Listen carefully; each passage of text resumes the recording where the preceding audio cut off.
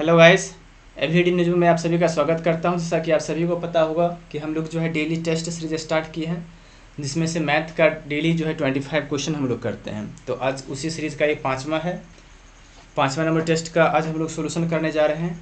अगर आप हमारे टेस्ट में भाग नहीं ले रहे हैं तो आप जल्द से जल्द उसमें जुड़ जाइए, आपको बहुत ज़्यादा बेनिफिट होने वाला है।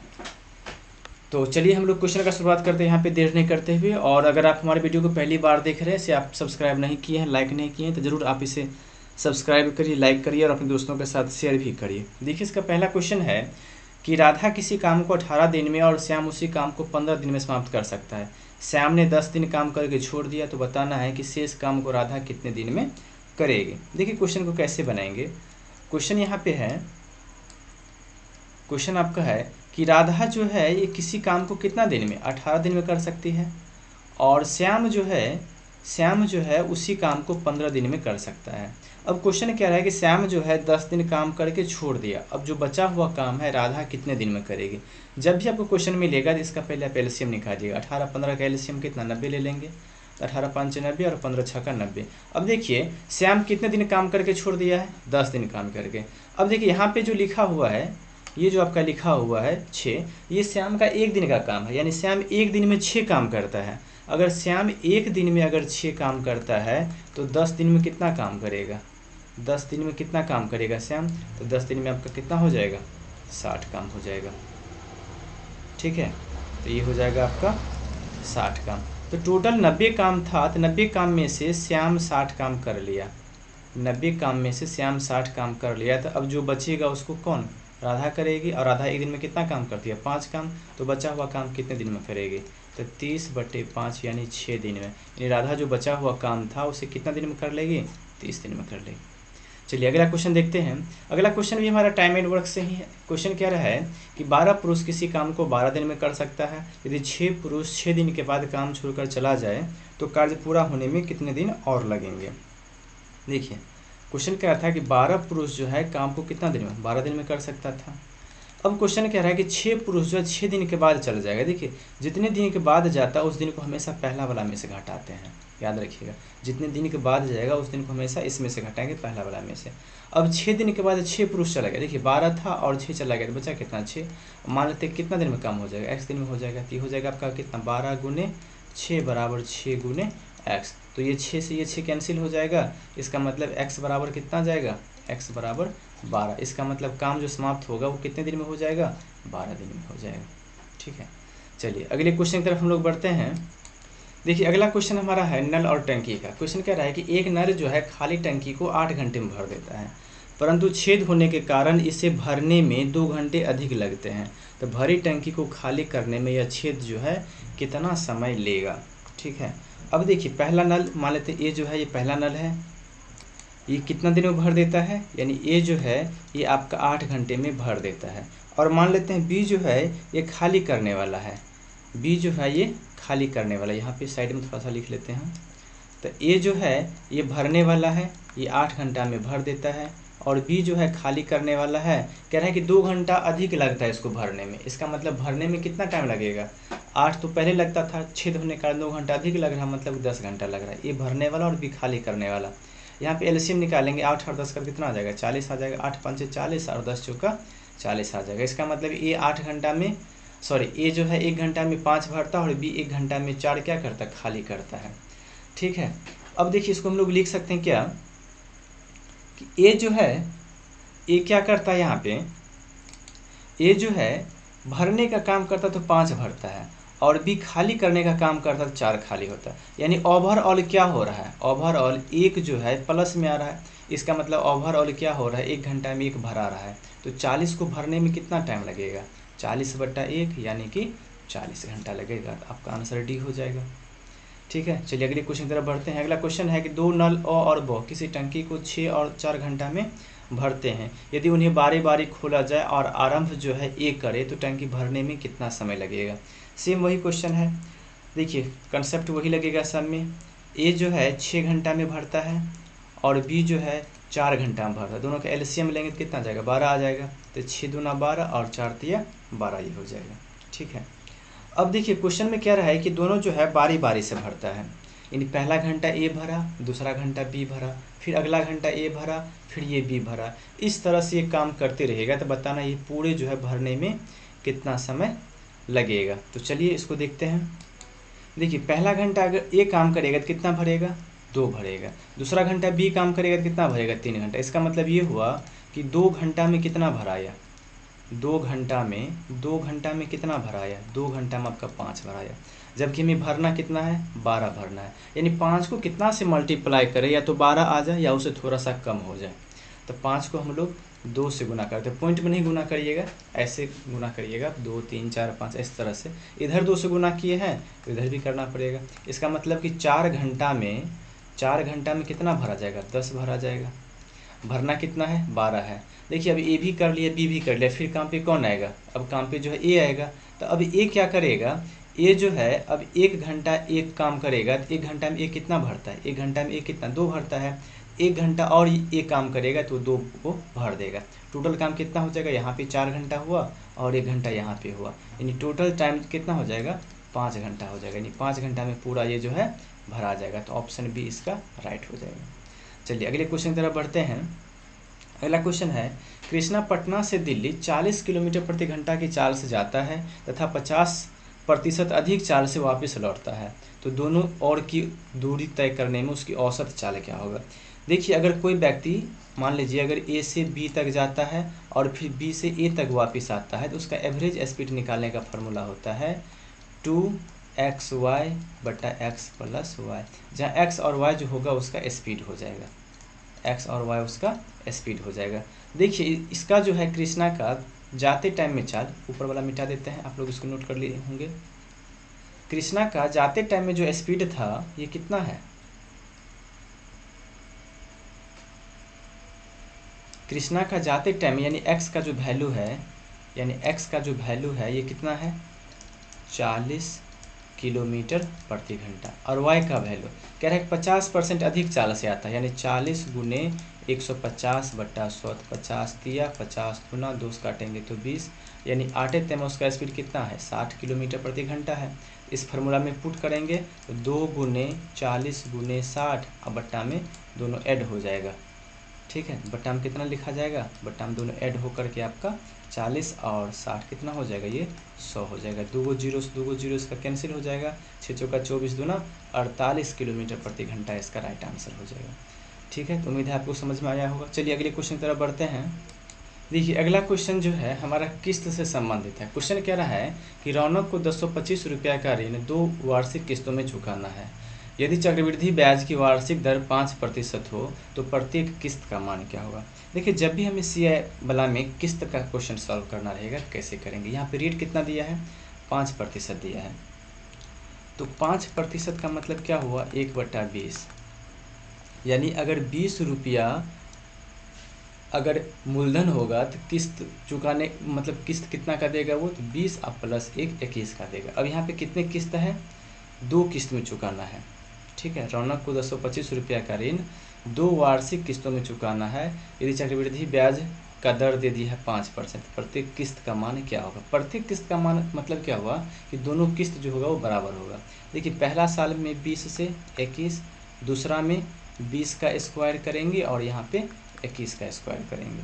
ठीक है, तो पहला वाला कितना हो जाएगा, ये जो है आपका, हाँ यहाँ पे लिख लेते हैं फिर इसको, तो ये हो जाएगा आपका कितना 20 और ये 21, और ये नीचे में कितना हो जाएगा 400 और ये हो जाएगा 441। अब क्वेश्चन में क्या था, प्रत्येक किस्त का, इसका मतलब दोनों किस्त बराबर है। तो यहाँ देखिए अगर ये आपका प्रिंसिपल है तो ये आपका क्या हो जाएगा, किस्त हो जाएगा। किस्त यहाँ पे बराबर नहीं, किस्त बराबर करने के लिए 21 से गुना करेंगे, 21 से अगर इधर गुना करेंगे तो 21 से इधर भी हमें गुना करना पड़ेगा। तो टोटल प्रिंसिपल कितना हो जाएगा, तो प्रिंसिपल आपका हो जाएगा 21 गुने 20 यानी कि 420 और प्लस कितना 400, ये हो जाएगा कितना 820। यहाँ पे प्रिंसिपल 820 है और क्वेश्चन में कितना दिया है, यही प्रिंसिपल आपका दिया है 1025, यानी 820 का वैल्यू 1025 है। तो आप यहाँ से 1 का वैल्यू निकाल लीजिएगा, तो 1 का वैल्यू कितना आ जाएगा, 1 का वैल्यू आपका हो जाएगा 1025, ये हो जाएगा आपका कितना 1025 और बट्टा में 820। लेकिन हमें चाहिए किस्त का मान, तो किस्त कितना का है, किस्त जो है ये कितना का है आपका, किस्त आपका 441 का है। तो ये कितना हो जाएगा 441 गुने 1025 और बट्टा में आपका हो जाएगा कितना 820। तो आप इसे कैलकुलेशन कर सकते हैं। कैलकुलेशन करने के बाद आपका आंसर क्या आ जाएगा, आपका आंसर जो है ये हो जाएगा, ऑप्शन नंबर डी हो जाएगा, ये हो जाएगा। तो आप इसको कैलकुलेशन कर सकते हैं। जब भी किस्त का क्वेश्चन रहेगा तो आप इस तरह से इसे सॉल्व कर सकते हैं। चलिए अगले क्वेश्चन की तरफ बढ़ते हैं, आप इसे नोट कर लीजिए, थोड़ा सा इरेज करके आगे बढ़ते हैं हम लोग। देखिए अगला क्वेश्चन है, किसी समबाहु त्रिभुज की प्रत्येक भुजा में 20% की कमी करने पर इसके क्षेत्रफल में कितने प्रतिशत का कमी होगा। आप याद रखिएगा, अगर किसी क्वेश्चन में एरिया में चेंजिंग अगर पूछ रहा है और परसेंटेज में, तो फॉर्मूला लगाइएगा x + y + xy बट्टा 100। जब भी कभी आपको एरिया में चेंजिंग पूछेगा तो इस फार्मूला का आप यूज कर लीजिएगा। यहाँ पे प्लस और माइनस जो है क्वेश्चन के हिसाब से देख लीजिएगा, अगर बढ़ रहा होगा इंक्रीज हो रहा होगा तो प्लस होगा, डिक्रीज हो रहा होगा तो माइनस होगा।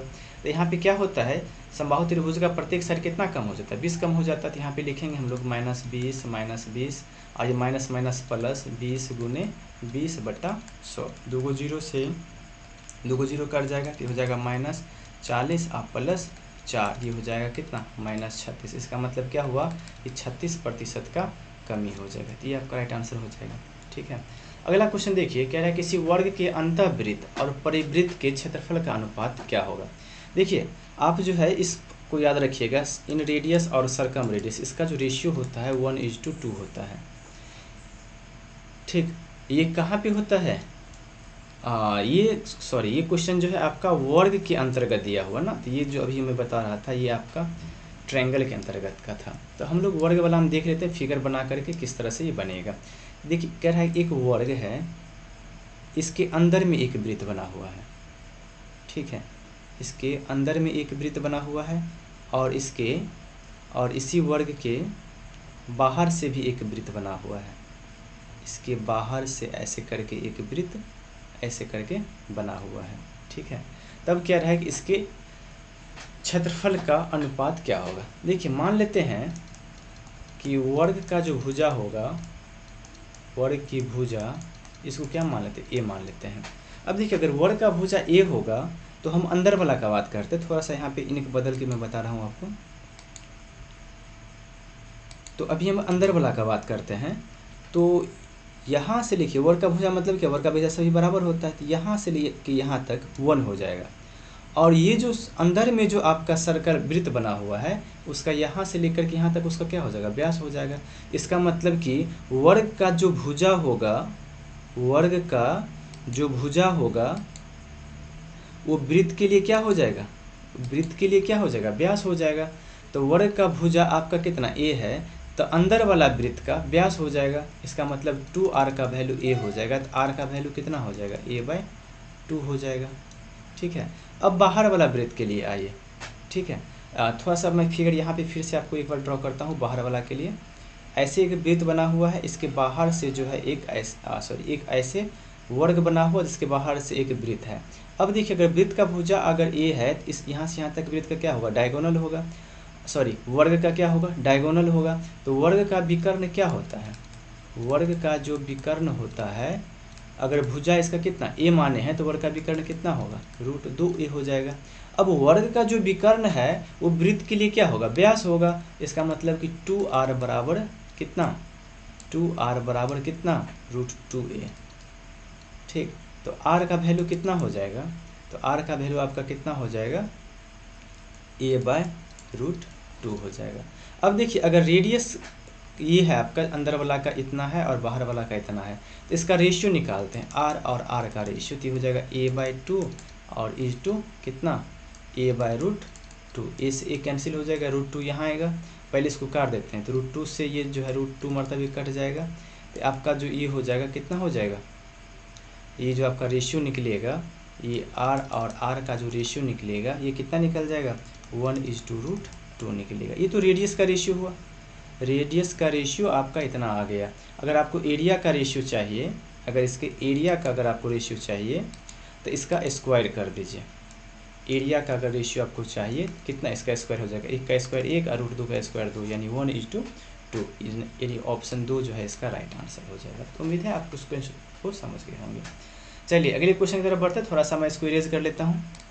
देखिए अगला क्वेश्चन है, किसी शंकु की त्रिज्या तथा ऊंचाई में से प्रत्येक को 3 गुना कर दिया जाए तो नए शंकु और पुराने शंकु का आयतन का अनुपात क्या होगा। तो सबसे पहले हम लोग शंकु के आयतन का फॉर्मूला लिखते हैं। शंकु का आयतन का फॉर्मूला होता क्या है, ठीक है। शंकु के आयतन का फॉर्मूला होता है, क्या होता है, पाई आर स्क्वायर एच बटे 3। देखिए जब भी हमें रेशियो निकालना रहेगा, परसेंटेज निकालना रहेगा, ये कॉन्स्टेंट से कोई मतलब नहीं है, हमें मतलब किससे है, आर स्क्वायर और एच से है, ठीक है। अगर पहले वाला शंकु का रेडियस 1 मान ले और हाइट को भी 1 मान ले, इसका वॉल्यूम कितना हो जाएगा, पहले वाला का जो वॉल्यूम होगा 1 का स्क्वायर इंटू 1 यानी कि 1 हो जाएगा, ठीक है। अब बाद वाला शंकु के लिए क्या कह रहा है, दूसरा शंकु जो यानी नया वाला शंकु है, बाद वाला इसको लिख लेते हैं हम लोग।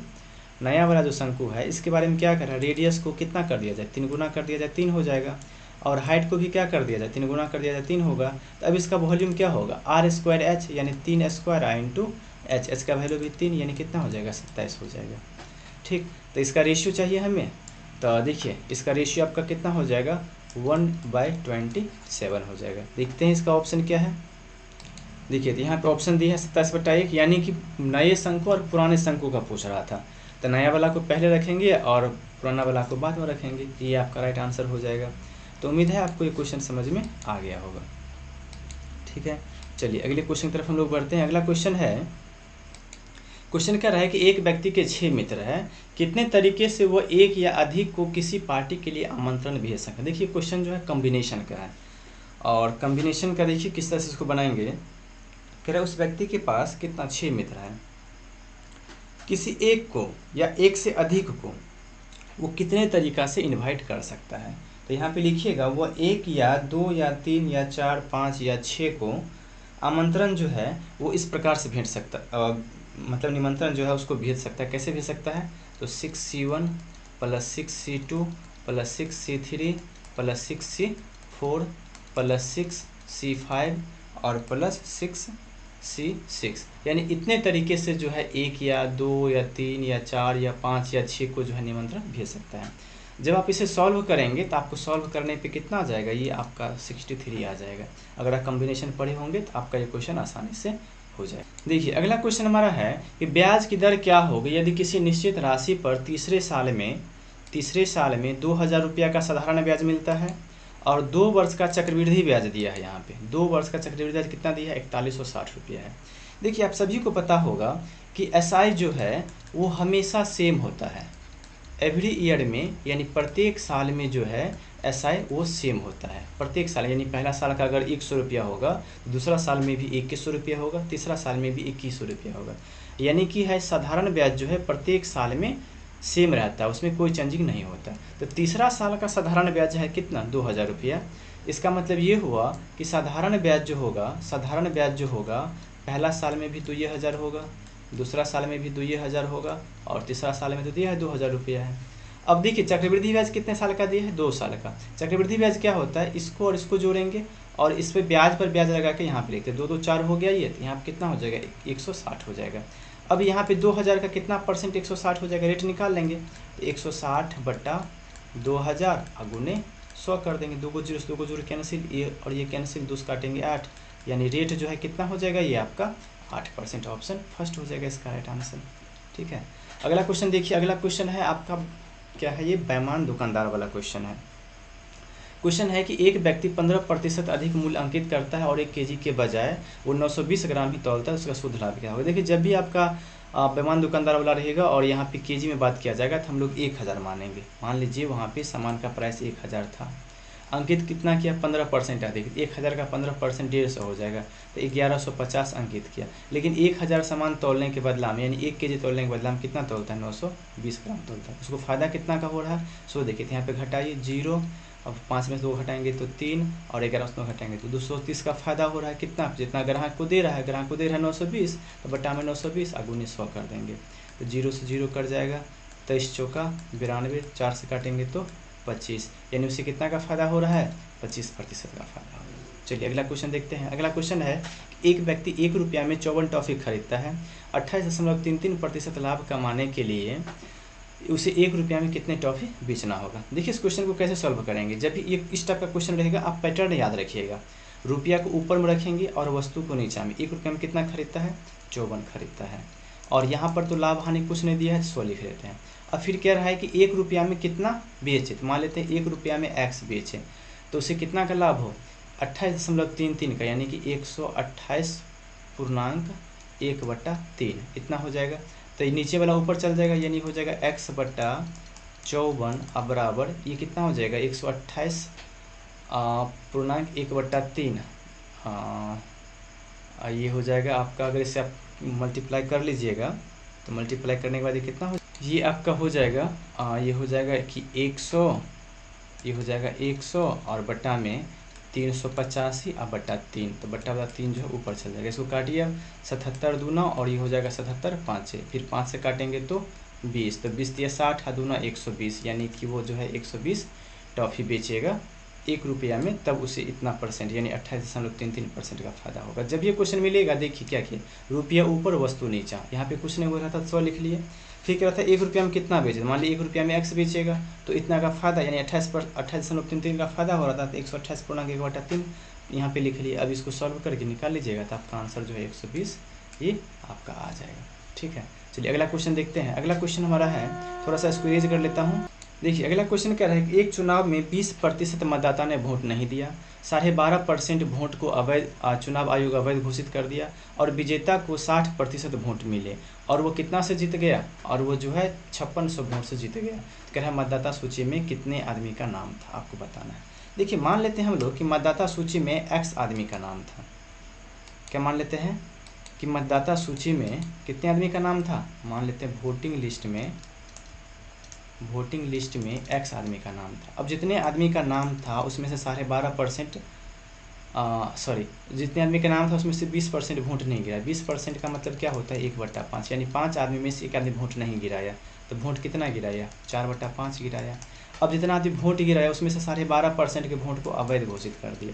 12.5% मतलब 1/8, यानी 8 आदमी के वोट में से एक आदमी का वोट खराब हो गया, तो बचा कितना 7/8। ठीक है, अब क्वेश्चन में क्या रहा है कि जो जीता उसको 60% मिला। अब बताइए जीतने वाले को अगर 60% मिला, जो हारा होगा उसको 40% मिला होगा। इसका मतलब जीतने वाला कितना से जीता 20% से जीता, तो 20% का मतलब कितना 1/5 से जीता, और वास्तव में जीत कितना सा रहा 5600, तो बराबर 5600 कर दिए। तो काटी इसको 7 चौका 28, 28 दूना 56, तो कितना हो जाएगा 25 25 8 200 और गुने ये, फिर यहाँ पे ये जो है आपका 200 हो जाएगा, 200 गुने 200 यानी कितना हो जाएगा आपका 40,000 हो जाएगा। तो मतदाता सूची में कितने आदमी का नाम था 40,000 आदमी का नाम था। ठीक है, चलिए अगले क्वेश्चन की तरफ बढ़ते हैं। देखिए अगला क्वेश्चन है कि एक सिलेंडर की त्रिज्या 120% बढ़ जाती है और उसकी ऊंचाई जो है 40% कम हो जाती है, इसके आयतन में कितने प्रतिशत का वृद्धि होगा। तो सबसे पहले हम लोग सिलेंडर का जो है किस में चेंजिंग पूछ रहा है, इसके आयतन में। तो सबसे पहले हम लोग सिलेंडर मतलब बेलन का, तो बेलन का जो आयतन होता है ये क्या होता है πr²h। अभी आपको बताया जब भी आपको परसेंटेज निकालना रहे, रेशियो निकालना रहे, तो कांस्टेंट से कोई मतलब नहीं, हमें सिर्फ r² मतलब r² और h देखना है। तो पहले वाला यहाँ देखिए कितना इसका रेडियस जो है कितना बढ़ाते हैं, रेडियस जो है 120% बढ़ाते हैं। 120% का मतलब 120/100, 20 छक्का 20, 20 पंजे 100। इसका मतलब अगर पहले इसका रेडियस 5 था, इसका मतलब ये हुआ कि पहले अगर रेडियस इसका 5 था तो बाद में कितना हो जाएगा 5 से 6 बढ़ाएंगे तो 6 5 कितना हो जाएगा 11 हो जाएगा। ठीक है, अब इसकी ऊंचाई में आते हैं। अब इसकी ऊंचाई क्या है, इसकी ऊंचाई को क्या करते हैं 40% कम करते हैं। 40% का मतलब क्या हुआ, सो देखिए 40% को हम लोग लिख सकते हैं ऐसे, 40% मतलब 40/100 यानी 2/5। इसका मतलब पहले इसका हाइट 5 था, तो अब कितना हो जाएगा उससे 2 कम होगा, तो हाइट अब कितना हो जाएगा 3 हो जाएगा। तो इसका वॉल्यूम क्या हो जाएगा, तो पहले वाला वॉल्यूम क्या होगा r²h, यानी 5 25 और 25 5 कितना 125, यानी पहले वाला वॉल्यूम 125। अब क्या होगा 11 11 121, 121 गुने 3 ये कितना हो जाएगा 363 हो जाएगा, कितना 363 ही हो जाएगा। ठीक है, अब देखिए कितना बढ़ाइए, तो 13 में से 5 जाएगा तो 8, 5 में से 2 जाएगा तो 3, और ये हो जाएगा कितना 3 में से 1 जाएगा 2, 238 बढ़ा के इस पे 125 पे, तो 100 पे कितना बढ़ेगा। तो आप इसे कैलकुलेशन कर लीजिएगा। तो कैलकुलेशन जब आप करिएगा तो इसका आंसर कितना हो जाएगा, इसका आंसर आपका हो जाएगा ऑप्शन नंबर सी, यानी 190.5। तो उम्मीद है आप इतना कैलकुलेशन तो कर ही सकते हैं। देखिए अगला क्वेश्चन है, किसी त्रिभुज के अंतःवृत्त की त्रिज्या जो है 6 सेंटीमीटर है और उसकी भुजाओं का योग जो है 50 सेंटीमीटर है। त्रिभुज का क्षेत्रफल क्या होगा? तो आप लोग अगर ज्योमेट्री अगर पढ़े होंगे तो ये बहुत ही सिंपल सा क्वेश्चन है, आप इसके बारे में पढ़े होंगे। त्रिभुज का क्षेत्रफल जो होता है ये होता है त्रिभुज का क्षेत्रफल बराबर थोड़ा सा अच्छा से, त्रिभुज का क्षेत्रफल बराबर होता है R इंटू एस। ठीक, तो रेडियस यहाँ पे दिया है 6 और देखिए यहाँ पे त्रिभुज की भुजाओं का योग दिया है, मतलब P का वैल्यू दिया है 50, तो S का वैल्यू क्या होगा 50/2 यानी 25 हो जाएगा। तो यहाँ पे पुट कर देंगे 25, कितना हो जाएगा 25 × 150। तो इसका राइट आंसर क्या हो जाएगा? Option number A.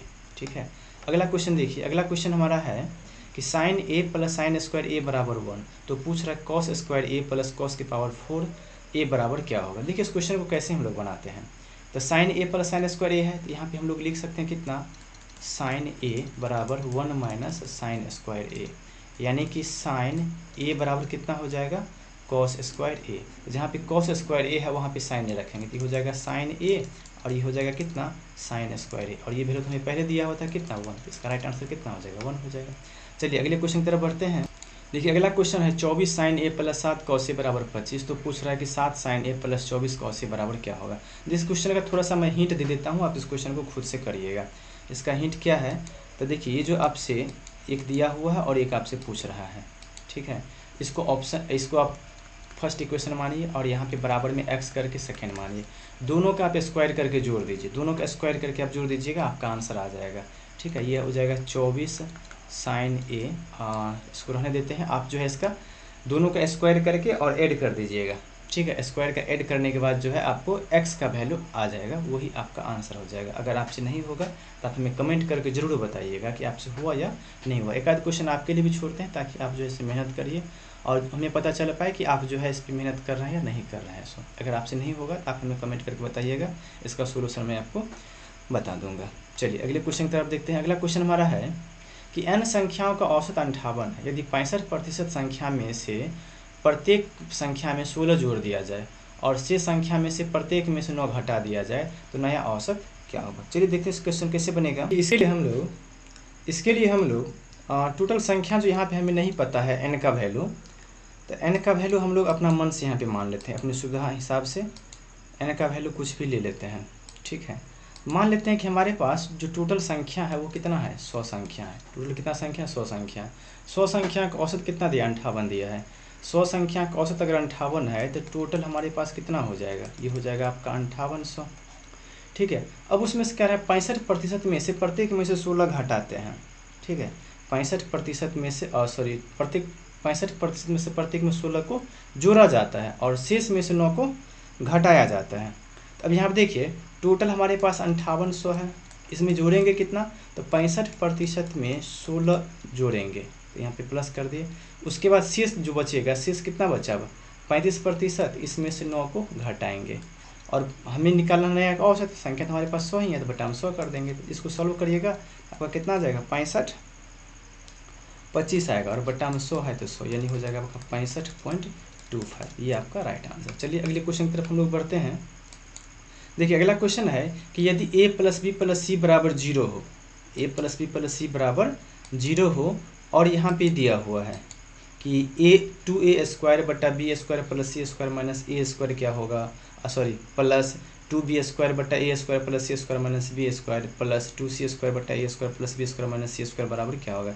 इस पूरे का हमें वैल्यू निकालना। तो यहाँ पे देखिए हमें a + b + c बराबर 0 दी, यहाँ पे माइनस में क्या लिखा है, माइनस में लिखा है a, तो a को हम लोग उधर ले जाते हैं, इधर क्या बचेगा b + c बराबर कितना माइनस, दोनों तरफ स्क्वायर करेंगे तो b² + c² प्लस 2bc बराबर कितना a² इधर आएगा तो क्या बनेगा b² + c² माइनस a² बराबर -2bc, ये आपका बन जाएगा। ठीक है, ये -2bc हो जाएगा। अब इसमें देखिए अब यहाँ पे हम लोग पुट करेंगे, क्या पुट करेंगे, देखिए पहला वाला में 2a² और बटा b² + c² माइनस a² के बदला में क्या पुट करेंगे -2bc। ठीक, इसी तरह से यहाँ पर 2b²। अब यहाँ पे देखिए यहाँ पे हम लोग क्या पुट करेंगे, जैसे यहाँ पे एक चीज़ आप समझिए, जो माइनस में था यहाँ पे या ऊपर देखिए यहाँ पे ऊपर में ए स्क्वायर है तो नीचे में क्या लिखा है, बी सी लिखा है।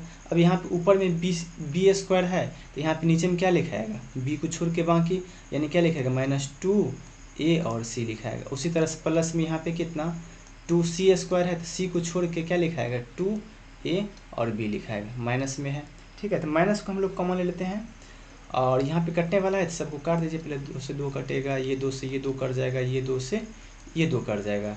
ठीक है, तो आपका यहाँ पे बचेगा क्या, माइनस में ये माइनस ले लीजिएगा तो ए स्क्वायर बट्टा B C plus B square बट्टा A C plus C square बट्टा ए बी। तो ए बी सी का एलसीएम यहाँ जब आप इसका एलसीएम निकालेगा नीचे वाला का तो ए बी सी एलसीएम आ जाएगा तो ये बनेगा a cube plus b cube plus c cube. ठीक है, माइनस है यहाँ तो माइनस। तो देखिए जब a plus b plus c बराबर 0 होगा तो यहाँ तो दिया हुआ a plus b plus c बराबर 0, तो अगर a plus b plus c बराबर 0 होगा तो a cube plus b cube plus c cube आपका क्या हो जाता है, ये हो जाएगा आपका 3abc और बट्टा में abc, माइनस में है तो ये कर जाएगा तो आपका आंसर -3 हो जाएगा। ये हो जाएगा इसका राइट आंसर -3। ठीक है, चलिए अगले क्वेश्चन की तरफ बढ़ते हैं हम लोग। देखिए अगला क्वेश्चन है कि PQR ने 6, 5 और 7 के अनुपात में निवेश किया। व्यवसाय अवधि के बाद उसे 3, 1 और 5 के अनुपात में लाभ प्राप्त हुआ तो उनके समय अवधि का अनुपात क्या होगा। देखिए निवेश का अनुपात दिया है और यहाँ पे लाभ का अनुपात दिया है। अगर आपसे टाइम पूछेगा, अगर आपसे टाइम का रेशियो पूछेगा कि टाइम क्या होगा, देखिए इसको यहाँ पे थोड़ा सा बड़ा नहीं करेंगे, इसको एकदम छोटा सा में ही इसको हम लोग सॉल्व करेंगे। तो जब भी आपको टाइम पूछेगा तो जो प्रॉफिट होगा उसको डिवाइड करेंगे जितना इन्वेस्टमेंट करेगा उससे, तो ये हो जाएगा टाइम का रेशियो कितना हो जाएगा 3 बट्टा ये हो जाएगा 1 और ये हो जाएगा कितना 6/1 और ये हो जाएगा 7/5। ये 3/1 है, 3 बट्टा यहाँ पे 6 है, थोड़ा सा गलती लिखा गया। फिर से मैं इसको नोट कर देता हूँ आपको। जब भी आपको टाइम का रेशियो पूछेगा, टाइम पूछेगा आपका, तो टोटल जो प्रॉफिट होगा उसको डिवाइड करेंगे इन्वेस्टमेंट से। तो प्रॉफिट का रेशियो 3, 1 और 5 का है, इन्वेस्टमेंट का 6, 5 और 7 का, इसका रेशियो आप निकालिएगा। तो यहाँ पर देखिए नीचे वाला का एलसीएम कितना हो जाएगा, यहाँ पे गुना हो जाएगा, सब एलसीएम यही हो जाएगा आपका। 6 यहाँ पे है, 6 कर जाएगा, 7 5 35, 35 105 हो जाएगा, 5 से 5 कर जाएगा, 7 6 42, 42 से 42 हो जाएगा, 5 से 5 कटेगा, 7 से 7 कटेगा, 6 5 30, 30 5 150 हो जाएगा। इसका रेशियो कितना हो जाएगा आपका 35, 14 और 30, ये आपका रेशियो हो जाएगा। ठीक है, तो उम्मीद है आपको ये क्वेश्चन समझ में आ गया होगा। ठीक है, अब जो क्वेश्चन इसका बचा हुआ है इसको हम लोग अगले वीडियो में डिस्कस कर लेंगे, जब इसका अगला वीडियो बनाएंगे तो इस वीडियो में इतना ही रहने देते हैं क्योंकि काफ़ी ज़्यादा टाइम हो गया है। अब ज़्यादा टाइम होने से आपको दिखने में भी परेशानी हो सकती है, तो इसके यहीं पे समाप्त करते हैं। जय हिंद, जय भारत। अगर आपको अच्छी लगी तो आप इसे लाइक, सब्सक्राइब और शेयर ज़रूर करिएगा।